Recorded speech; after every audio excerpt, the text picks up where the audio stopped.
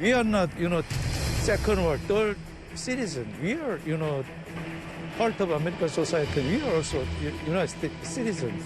Tonight, Mid-Missourians gathered condemning racism against the Asian community. We are not here to raise our voice of anger.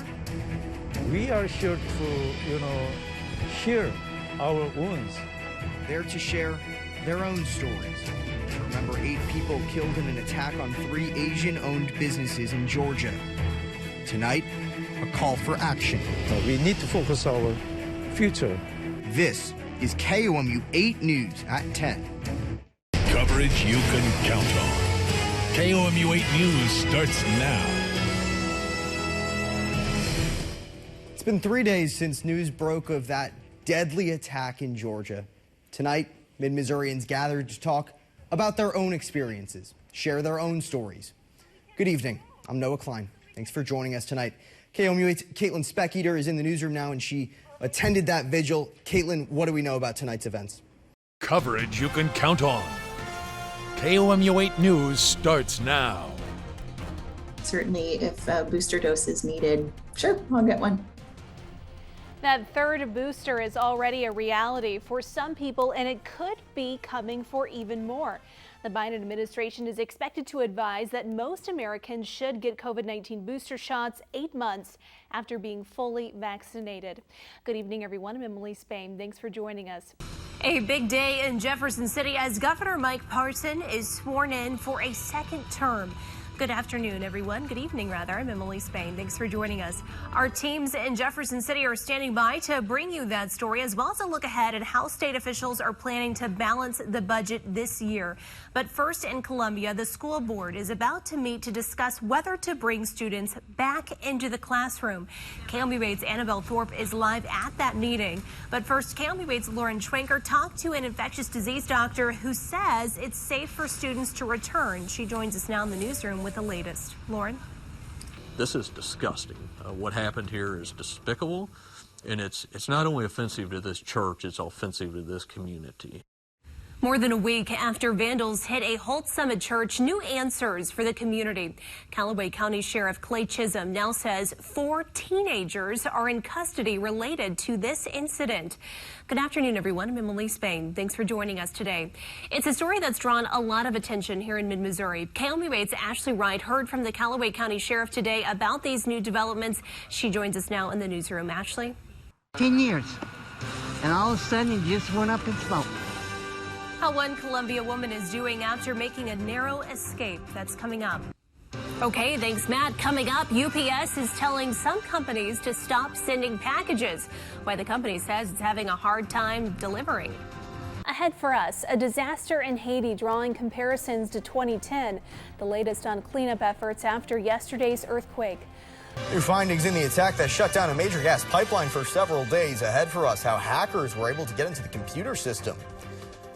Plus, a Columbia Elementary School and its special tribute for a retiring custodian. How students and staff sent him off on his final commute home. Have you been having trouble sleeping lately?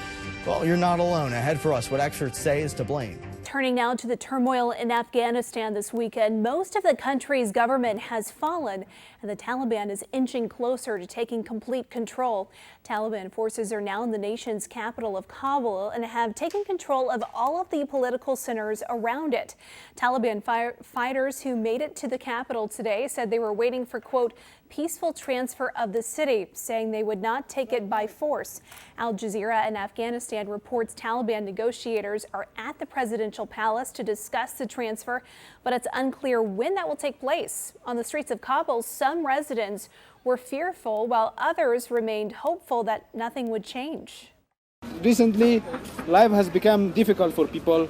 People worried about the way Taliban treat us before and now. It's a little different. I'm a girl and I don't care about anyone, not Pakistan, not America, nobody else. I'm here even today. If they kill me, if they identify me, I will not care about them. I will not care about them. What should I be scared of? This is my homeland, my land. The Afghan president has also now left the country. That's according to senior diplomatic sources in Afghanistan. It comes after the president said he would not leave the country as recently as Friday. The Afghan chairman of the High Council for National Reconciliation, a former ally of the Afghan president, blasted him for leaving. In a video posted to Facebook, he called the Afghan president the former president, saying in part, quote, "The fact that the former Afghan president left the country and put the people and country in such a bad situation, God will hold him accountable, and the people of Afghanistan will also judge him for doing so." Back here in the U.S., President Biden met virtually with his national security team this morning from Camp David. The White House says the meeting focused on Afghanistan and with getting U.S. civilian personnel and Afghan allies out of the country. That has been happening all day at the U.S. Embassy in Kabul. Smoke was seen rising over the embassy and helicopters were flying in and out of the compound. The embassy itself is now operating out of the airport there, which was closed to commercial flights earlier today. The embassy is warning U.S. citizens to shelter in place until U.S. forces can come get them. In the U.S., the speed of the pushback shocked many. It came quickly after the Biden administration announced a U.S. military mission in Afghanistan would end by the end of August, accelerating that withdrawal of U.S. troops. Just a few days ago, an American military assessment estimated it would be at least a month before the capital of Kabul would come under insurgent pressure. This morning on Meet the Press, Secretary of State Anthony Blinken put the blame specifically on Afghan forces.